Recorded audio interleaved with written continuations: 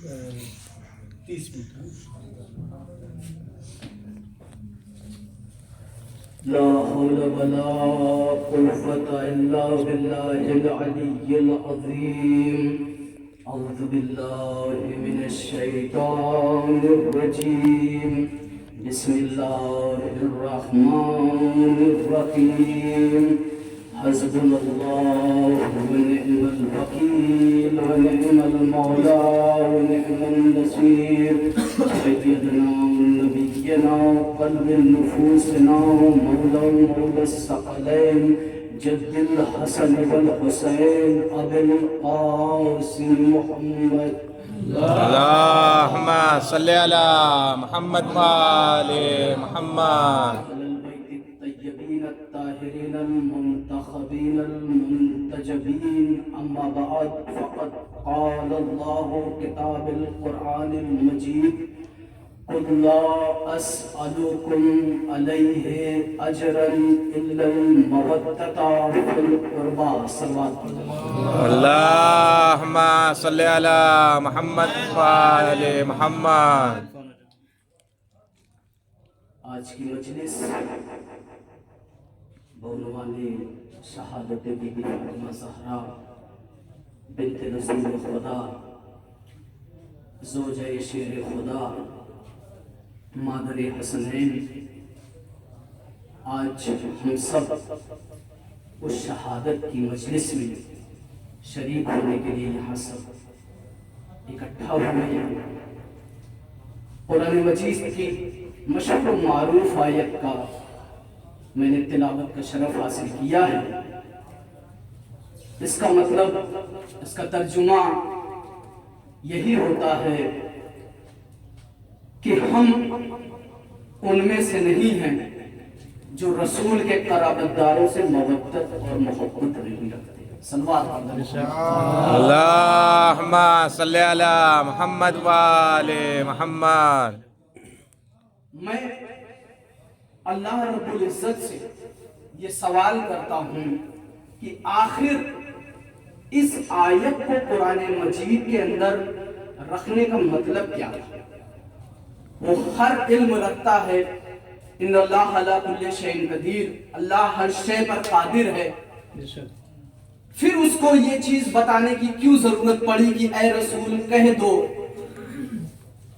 کہ جو کچھ بھی میں نے آپ تک، اپنی امت تک، امت مسلمہ تک علم رسالت کا پہنچایا ہے، اس کا اجر مجھے کچھ چاہیے نہیں. بس فقط اگر چاہیے تو میرے قرابت داروں سے مودت کرو، محبت رکھو. اگر آج کا مسلمان فقط اس ایک آیت پہ، فقط اس ایک آیت پہ اگر قاعدے سے اس کی تفسیر، اس کا ترجمہ اگر پڑھ لے تو واقعاً حقیقتاً اس دنیا میں جو فساد ہے سنی اور شیعہ کا وہ ختم ہو جائے گا. اب آپ اس بات پہ غور کریں کہ آج کا جو عنوان ہے وہ باغ فدق ہے، کیونکہ ہمارے علماء کرام، ہمارے آیت اللہ، ہمارے مراجع کرام کا یہ حکم ہے کہ خصوصاً ایام فاطمیہ میں باغ فدق کو پڑھا جائے تاکہ عوام تک یہ چیز واضح ہو سکے کہ ایسا کیا ہوا تھا بعد رسول کہ بی بی فاطمہ زہرا کا گھر جلانا پڑا. علی کے ہاتھ میں اور گلے میں گردن، علی کے ہاتھ میں اور گردن میں رسیاں باندھی گئی. اس کی وجہ کیا تھی؟ اب میں مختصر یہ بتاتا چلوں کہ فدق ہے کیا. یہ ایک باغ ہے جس کے اندر تقریباً 7 باغات تھے. 7 باغات تھے. یہ رسول خدا کو ملا کیسے؟ رسول خدا تک یہ باغ پہنچا کیسے؟ جنگ تو خیبر کی پہلے ہو چکی تھی. جنگ خیبر کی پہلے ہو چکی تھی. رسول خدا نے جنگ کو فتح کر لیا تھا.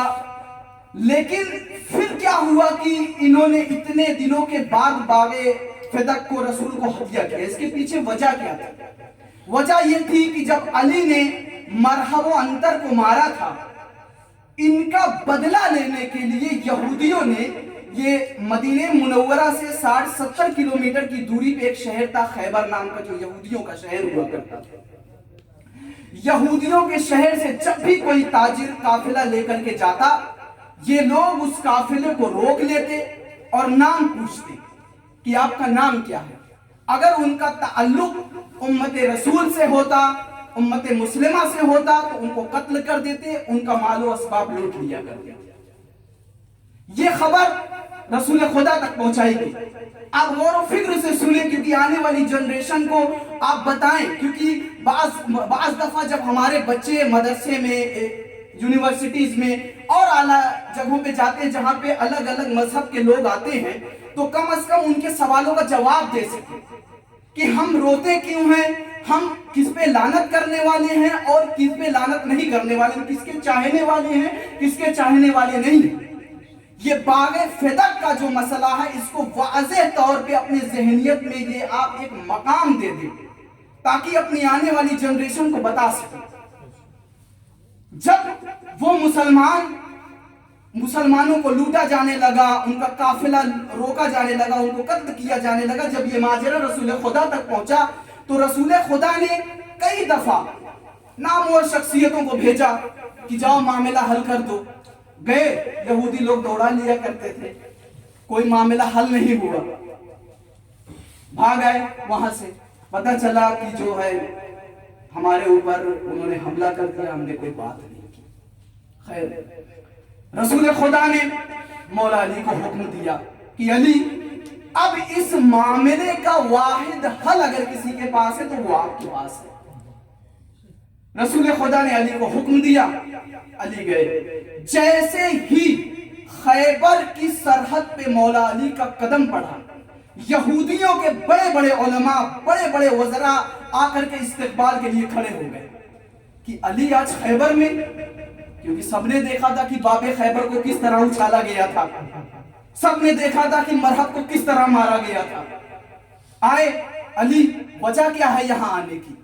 مولا علی نے بتایا کہ مجھے پتا ہے کہ یہ جو آپ سب بدلہ لے رہے ہیں، مسلمانوں کو مار رہے ہیں، ان کے مال و اسباب لوٹ رہے ہیں، اس کی وجہ میں ہوں، کیونکہ تمہارے مرحب کو میں نے مارا، باب خیبر کو میں نے اکھاڑا، یعنی جو خیبر کی فتح کا سہرا تھا وہ علی کے سر پہ، تو میں علی تلو تنہا آیا ہوں، آپ آئیں مجھے مار لیں، مجھ سے بدلہ لے لیں۔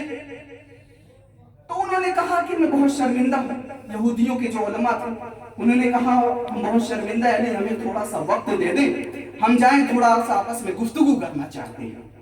علی نے کہا اجازت ہے، بے شک آپ گفتگو کر لیں۔ مولا یہودی کے علماء گئے اور باقاعدہ تحریر لکھی۔ تحریر لکھنے کے بعد آئے مولا کے پاس، انہوں نے کہا علی، اب تک جو ہوا اس کے لیے ہم شرمندہ ہیں، اس کا تو ہم کچھ کر نہیں سکتے، جو ہو گیا فقط یہ ہمارا معافی نامہ ہے، اور ہم مسلمانوں کے رسول کو، یہ ہماری باغ ہے جس کا نام فدق ہے، ہم ان کو ہدیہ کر رہے ہیں۔ صلوات پڑھتے ہیں محمد وآلہ اللہم صلی علی محمد وآلِ محمد۔ مولا علی کو وہ تحریر دی، مولا علی آئے مسجد نبوی میں، رسول خدا تشریف فرما تھے، سلام کیا، سلام کے بعد کہا یا رسول اللہ مبارک ہو۔ یہودیوں نے معافی بھی مانگ لی اور یہ تحریر بھی لکھ کر کے دی ہے، اور آپ کو انہوں نے ایک باغ ہدیہ کیا ہے۔ یہاں پہ معاملہ یہ ہوتا ہے کہ باغ فدق کس طریقے سے آیا۔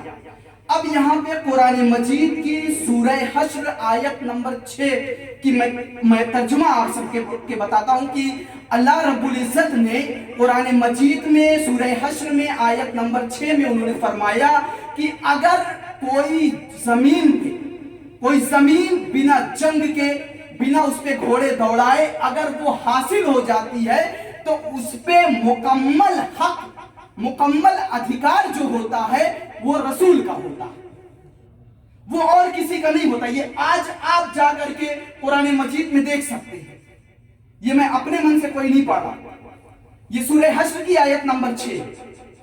اب معاملہ کیا ہوا کہ پھر رسول کی وفات سے پہلے اللہ نے قرآن مجید میں ایک اور آیت نازل کی ہے جس میں حکم دیا گیا ہے کہ اے رسول، آپ اپنی ایک قریبی عورت کو اس کا حق دے دیں. یہ قرآن مجید کی آیت ہے. کہا رسول خدا نے بی بی فاطمہ زہرا کو بلایا اور ان کے نام ایک تحریر لکھ کر کے باغ فدق ان کو دے دی, اپنی زندگی میں دے دی, یہ نہیں کی جانے کے بعد.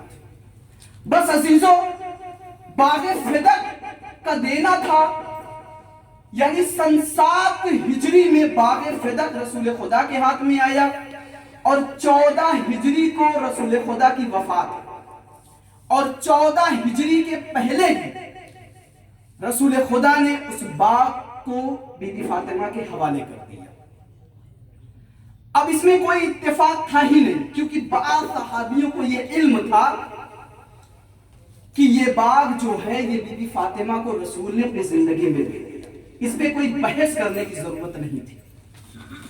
لیکن مسئلہ کیا ہوا, جب رسول خدا کی وفات ہو گئی, جب ایک پروپیگنڈے کے تحت جو علی کی خلافت تھی اس کو چھین کر کے کسی اور کو دے دیا گیا. آپ سب کے سامنے وہ پورا واقعہ, میں فقط کیونکہ دامن وقت میں اتنا گنجائش نہیں ہے کہ میں پورا اس کی تفصیل بیان کر سکوں, بس اتنا بتا دوں تاکہ آپ کے ذہن میں ہو اور آپ کہیں پہ اگر کوئی سوال کرے تو اس کا جواب دے سکیں. کوئی مبالغت نہیں چاہیے, کوئی بہوائیت نہیں, فقط آپ سن لیں. یہ ایک اسلام کی ایک ایسی ہسٹری ہے, اگر یہ نہ ہوتی تو کربلا نہ ہوتا.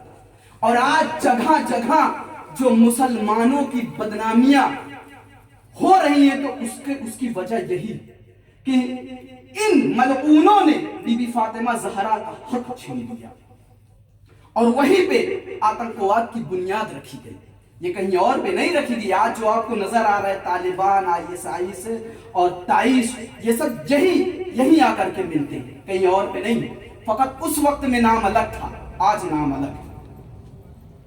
رسول کی وفات کے بعد جب حکومت ایک نامور شخص کو مل گئی, حکومت چلایا کچھ دن, حکومت چل نہ سکی.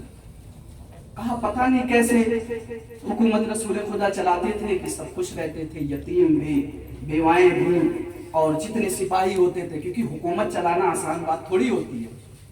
حکومت چلانا ایک بہت سخت مرحلہ ہے. یہ ان لوگوں نے سوچا تھا کیونکہ اقتدار کی خواہش تھی. انہوں نے عبادت کے لیے نہیں حکومت لی تھی, انہوں نے خدمت کے لیے حکومت نہیں لی تھی, انہوں نے اقتدار کے لیے حکومت لی تھی کہ ہمیں بتانا ہے. کیونکہ یہ کلمہ بھی تلوار کی ڈر سے پڑے ہوئے لوگ تھے, یہ تلوار کی ڈر سے کلمہ پڑے ہوئے لوگ تھے. یہ ایسے ویسے لوگ نہیں تھے کہ جنہوں نے رسول خدا نے اپنے بارے میں بتایا کہ میں اللہ کا نبی ہوں, یہ میرا میسج ہے, اللہ کا پیغام ہے, ان بتوں کی پرستش نہ کرو. ایسا ویسا دیکھ کر کہ یہ مسلمان نہیں ہوئے تھے, یہ مسلمان ہوئے تھے ڈر سے کہ اگر نہیں کلمہ پڑھیں گے تو مارے جائیں گے. خیر, جیسے آج کی تاریخ میں ہمارے ملک میں پارلیمنٹ ہوتی ہے, الگ الگ موضوع پہ باتیں ہوتی ہیں, وہاں پہ بھی موضوع پہ باتیں ہو رہی تھی. صلوات پڑھ دیں آپ سب حضرات. اللہم صلی علی محمد و آل محمد. الگ الگ موضوع پہ بات ہو رہی تھی. وہ لوگ کہنے لگے کہ حضور فلاں جگہ پہ یہ چیز ہماری نہیں پوری ہو پا رہی ہے, سپاہیوں کا خرچ نہیں نکل پا رہا ہے, یتیموں کا خرچ نہیں نکل پا رہا ہے. پتہ نہیں رسول خدا کس طریقے سے کرتے تھے. بس اسی میں سے ایک شخص اٹھا, کہنے لگا حضور رسول کو ہم نے دیکھا تھا کہ خیبر میں ان کا ایک باغ تھا فدق نام کا, جس میں سے ان کو سالانہ آمدنی آتی تھی. روایت میں 2 بتایا گیا کہ 40,000 دینار, اور ایک جگہ پہ لکھا گیا 40 لاکھ دینار. تو ہم اس میں نہیں گفتگو کرتے, فقط یہ کہتے کہ ہاں آتی تھی. وہاں جو آتی تھی اس کو رسول خدا اپنے پاس نہیں رکھتے تھے, صرف کر دیتے تھے, یتیموں میں, مسکینوں میں, ضرورت مند میں صرف کر دیا کرتے تھے. تو اس شخص نے کہا کہ لیکن ایک بات یہ تھی کہ رسول نے اپنی زندگی میں اس جاگیر کو اپنی بیٹی کے حوالے کر دیا تھا. اس نے کہا کوئی بات نہیں. حاکم نے کہا, کوئی ایسے ویسے نہیں کہا, حاکم نے کہا وہ ہماری ٹینشن ہے, ہمیں کس طریقے سے اس کو حاصل کرنا ہے. فوراً سپاہیوں کو اپنے حکم دیا حکم دینے کے بعد کہا جاؤ اور فوراً فدق پہ قبضہ کرنا۔ وہ لوگ گئے، حکم کی تعمیر ہوئی، وہاں سے جو فاطمہ سلام اللہ علیہا کے عامل تھے کام کرنے والے ان کو وہاں سے ہٹایا گیا، ان پہ ظلم و ستم کیا گیا۔ وہ لوگ آئے بی بی فاطمہ زہرا کے گھر پہ، آنے کے بعد انہوں نے سارا واقعہ بتایا کہ بی بی ہمیں باغ سے نکال دیا گیا۔ کہا کون لوگ تھے؟ کہا حکومت کے لوگ تھے، اور انہوں نے کہا اب یہاں پہ آپ لوگوں کا کوئی کام نہیں، آپ یہاں سے آپ چلے جائیں۔ بی بی فضہ سے روایت ہے عزیزو، بی بی فضہ روایت کرتی ہیں کہ جب یہ بات بی بی فاطمہ سلام اللہ علیہا کے کانوں میں گئی ہے تو بی بی کے چہرے پہ ایک عجیب جلال تاری ہو گیا، اور بی بی نے فوراً ابا لی، اور ابا لینے کے بعد جناب فضہ کہتی ہے کہ میں نے صاف طور پہ سنا، انہوں نے کہا کہ اے ملعون، اے ظالم، آج تیرا سامنا فاطمہ سے ہونے والا ہے، آج تو میرا سامنا کرے گا۔ ابا لی، ابا لینے کے بعد گھر سے باہر آئی۔ بعض دفعہ بی بی فاطمہ، کیونکہ بی بی فاطمہ کے گھر کے دروازے، بی بی فاطمہ کے گھر سے بھی ایک دروازہ مسجد کو جاتا تھا، لیکن آج بی بی فاطمہ اپنے مسجد کے مرکزی دروازے سے داخل ہوئی۔ عوام مدینہ منورہ کی بتاتی ہے کہ بی بی فاطمہ زہرا اس طرح سے چل رہی تھی کہ یہ محسوس ہو رہا تھا کہ گویا رسول اللہ چل رہے ہیں، بالکل اسی طرح سے بی بی فاطمہ زہرا، علی مرتضی، امام حسن اور امام حسین اور ام ایمن جو رسول خدا کی کنیز تھی، یہ لوگ مسجد کے اندر داخل ہوئے۔ لیکن ایک چیز میں یہاں پہ آپ کو بتاتا چلوں کہ جس مسجد میں اگر غلط امام ہو یا غلط حاکم بیٹھ کر کے گفتگو کر رہا ہو تو وہ مسجد نہیں کہلاتی، وہ دربار ہوتا ہے۔ کیونکہ امام سجاد علیہ السلام نے جب یزید نے خطبہ دیا تھا وہاں پہ اپنی باتوں کو انہوں نے رکھا تو یزید سے امام سجاد نے کہا تھا یہ لکڑیوں کا فقط ٹکڑا ہے، یہ منبر نہیں ہے۔ اب آپ سنیں کہ بی بی فاطمہ زہرا جیسے ہی دربار میں داخل ہوئی، حکم ہوا کہ ایک مرد و زن کے درمیان ایک پردہ کھینچ دیا جائے، پردہ لگایا گیا۔ تاریخ میں ملتا ہے کہ بی بی فاطمہ زہرا نے ایک عظیم الشان خطبہ دیا۔ سب سے پہلے بی بی فاطمہ زہرا نے اللہ کے بارے میں جو تفصیل بتائی ہے کہ اگر آپ اس کو فقط جا کر کے مفاتیح الجنان میں آپ دیکھ سکتے ہیں، اور یوٹیوب پہ بھی وہ خطبہ موجود ہے، آپ اگر اس کو سنیں اردو ترجمے کے ساتھ تو آپ کو ایک یقیناً ایک عجیب و غریب علم کی جانکاری ہوگی۔ بی بی فاطمہ نے سب سے پہلے اللہ کے بارے میں بتایا، پھر اپنے بابا رسول خدا کے بارے میں بتایا کہ میرے بابا نے کس طریقے سے اس امت مسلمہ پہ احسان کیا۔ پھر اس کے بعد اپنے بارے میں بتاتی ہیں کہ کس طریقے سے، کس طرح سے باغ فدق کو مجھے دیا گیا۔ تحریر بھی تھی بی بی فاطمہ زہرا کے پاس۔ حاکم نے کہا کہ کیا آپ کے پاس کوئی گواہ ہے؟ ان کے اس جو بی بی نے خطبہ دیا اس کا کوئی اثر نہیں ہوا حاکم کا۔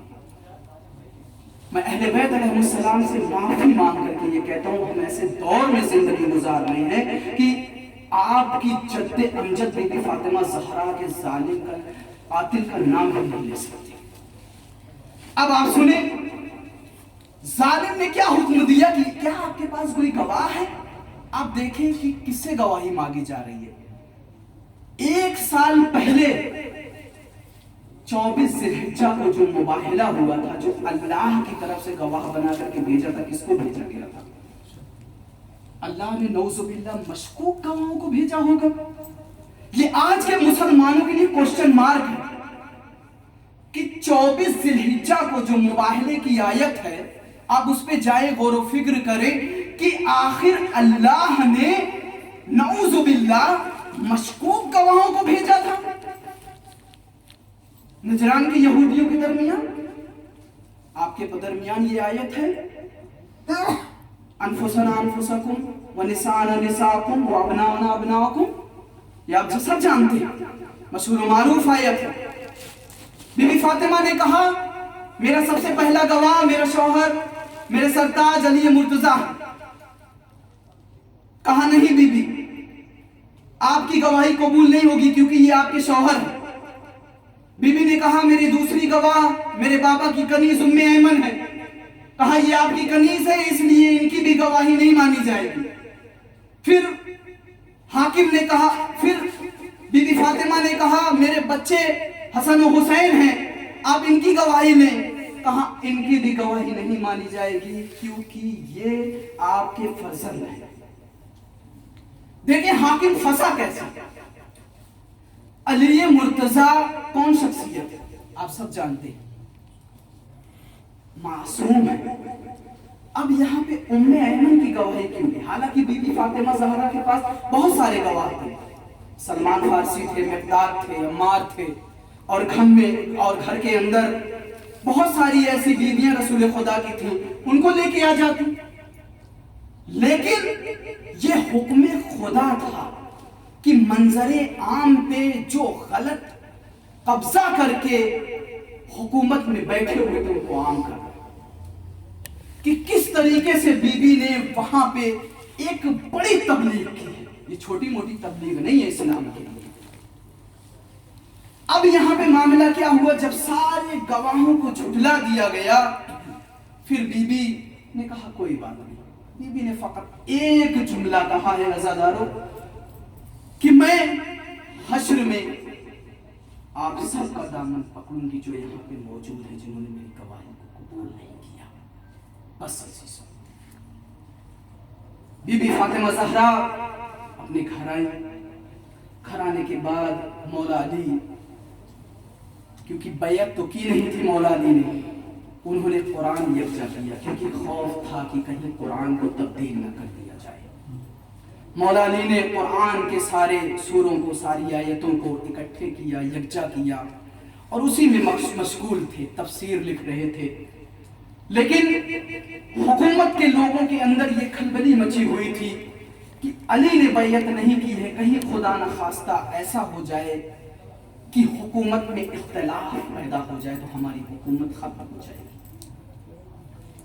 انہوں نے بعض دفعہ لوگوں کو بھیجا، لوگوں کا آنا جانا جاری رہا.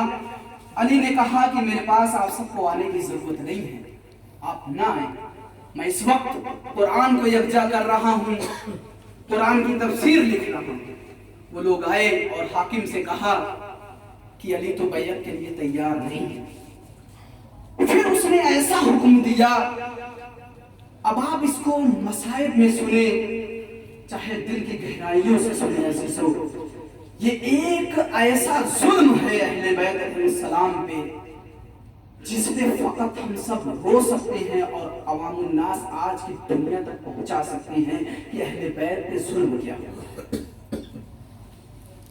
عزیزو، لوگوں کا آنا جانا جاری رہا، لیکن ایک بار جب ان لوگوں نے گفتگو کر کے مشالے لے کر کے، تلوار لے کر کے اہل بیت نبوہ کے گھر پہ داخل ہوئے ہیں اور دروازوں پہ دستک نہیں دی ہے، دروازوں کو پیٹا ہے. ان لوگوں نے دروازوں کو پیٹا ہے. پیٹنے کے بعد کہا اے علی آپ باہر آ جاؤ، آپ باہر آ جاؤ. یہ آواز سننی تھی کہ امام حسن مجتبی علیہ السلام کی عمر اس وقت 8 سے 9 برس تھی.